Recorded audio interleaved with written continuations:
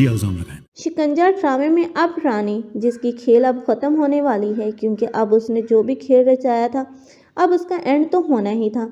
लेकिन ये एंड उसके अपने ही भाई के हाथों होगा, ऐसा कभी सोचा नहीं था, क्योंकि ज़रून जो कि सब कुछ जानता है कि रानी का क्या सलूक है अब रिदा और फिज़ा के साथ। और सबसे बढ़कर ज़रून ये भी जान जाएगा कि अब रिदा किस कंडीशन में है, और रिदा को ब्रेन ट्यूमर है, क्योंकि अब वो रानी की बातें अपनी माँ से करते हुए सुन लेगा, जिसके बाद वो कभी बर्दाश्त नहीं करेगा कि अब रिदा को कुछ भी हो। इसलिए वो साकिब के पास जाएगा और उसे बताएगा।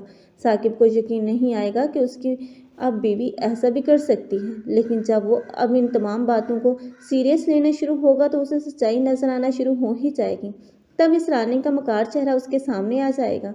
तब वो रिदा का इलाज भी करवाएगा और रिदा सेहतयाब हो जाएगी। लेकिन उसके साथ साथ अब वो ज़रून का भी शुक्रगुजार होगा, क्योंकि ज़रून की वजह से अब उसकी बहन की जान बच जाएगी। और ज़रून और दूसरी तरफ ये फ़िज़ा हैं जो कि शादी कर लेंगे, और रानी के हाथ कुछ नहीं आएगा, क्योंकि ये इस शादी में अब यही साकिब होगा जो कि इन दोनों का साथ देगा, क्योंकि वो नहीं चाहेगा कि अब उन लोग उसकी बहनों को कोई भी तकलीफ या कोई भी नुकसान पहुंचे। रानी जिसने अब इतनी साजिशें की, इतने कारनामे सरअंजाम दिए, आखिर उसका अंजाम तो इबरतनाक ही देखने को मिलेगा, क्योंकि साकिब उसे छोड़कर चला जाएगा। रानी जैसी लड़कियों का अंजाम तो बुरा ही होना चाहिए, क्योंकि जो दूसरों की खुशियां छीनती हैं वो कभी भी खुद खुश नहीं रह सकते।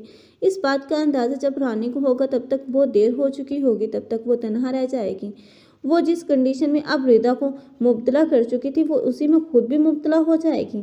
तब कोई भी उसका मददगार नहीं होगा, उसके माँ बाप भी नहीं, क्योंकि अब उसके माँ बाप जिन लोगों ने बड़े ही नाज और प्यार से उसकी परवरिश की थी, लेकिन उन लोगों ने कभी नहीं सोचा था कि वो यतीम बच्चियों के साथ इतना गलत भी करेगी। आप लोगों को ये ड्रामा कैसा लग रहा है और कौन कौन रानी का अंजाम बुरा देखना चाहते हैं, कमेंट सेक्शन में अपनी कीमती राय का इज़हार लाजमी करें। मज़ीद ऐसे रिव्यूज़ के लिए हमारे चैनल को लाजमी सब्सक्राइब कर लें। अगर आप लोगों को हमारी वीडियो अच्छी लगी हो तो वीडियो को लाइक करना मत भूलिएगा। अल्लाह हाफ़िज़।